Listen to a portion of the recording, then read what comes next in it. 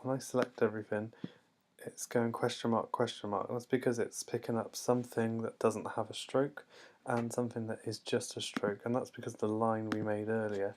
So I'm going to zoom in on that, and I just want to go object, path, and outline stroke.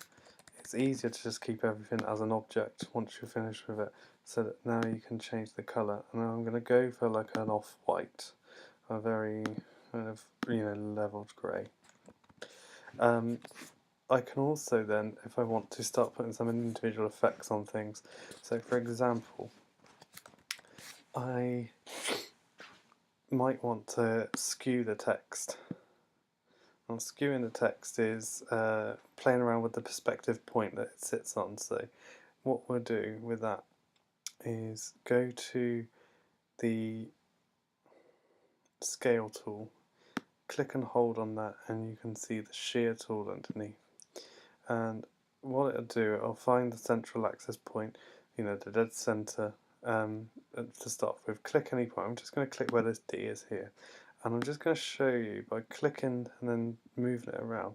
You see what it does. It just kind of plays around with the perspective side of it. It just gives you a little bit more option to kind of emphasise any message or make it look a bit more interesting. I'm also then going to just go into the divided, and I'm going to copy that, edit copy, and I'm going to go edit paste in front. Now you won't see what's happened, but it's actually made a copy, an exact copy, and stuck it in front of the original divided. And if I just press down and left on the keyboard, you can see what's happening. And I'm going to select the one in the back, and I'm going to make it a bit of a darker, right, just so it gives it almost like a drop shadow. And I could do that to all of them if I wanted to, but I'm just going to do that on the divided. Here I'm thinking this is not bold enough, this type's too thin, and I could have gone back and I could have made it a bolder type, but this particular typeface didn't have many options for bold.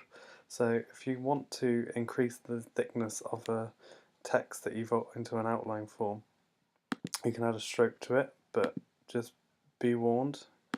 Make sure first of all that your stroke is the same colour as your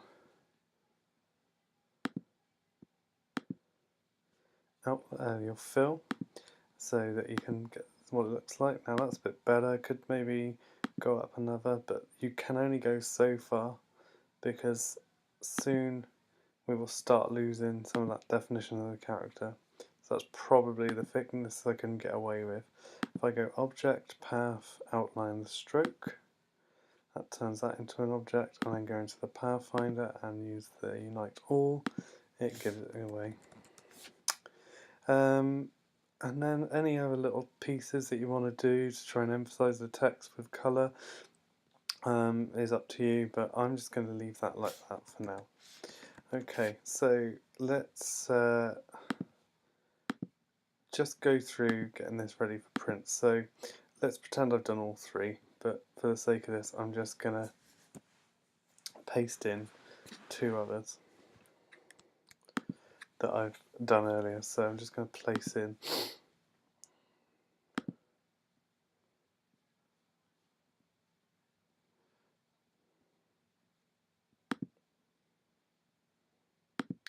so I'm just going to go find these.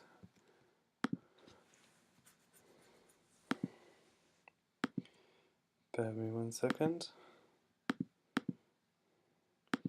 So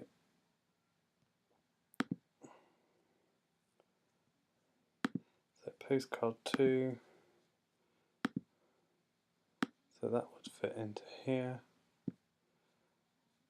and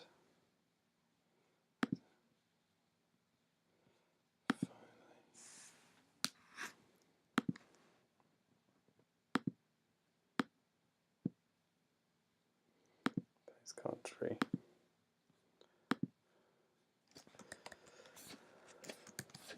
So I just put my guides on, I can make sure that I get up to the bleed areas and fit it all in nicely. Okay, so let's just say that there we are, we've got our final three. I'm going to just delete this. Up here, I don't need it anymore.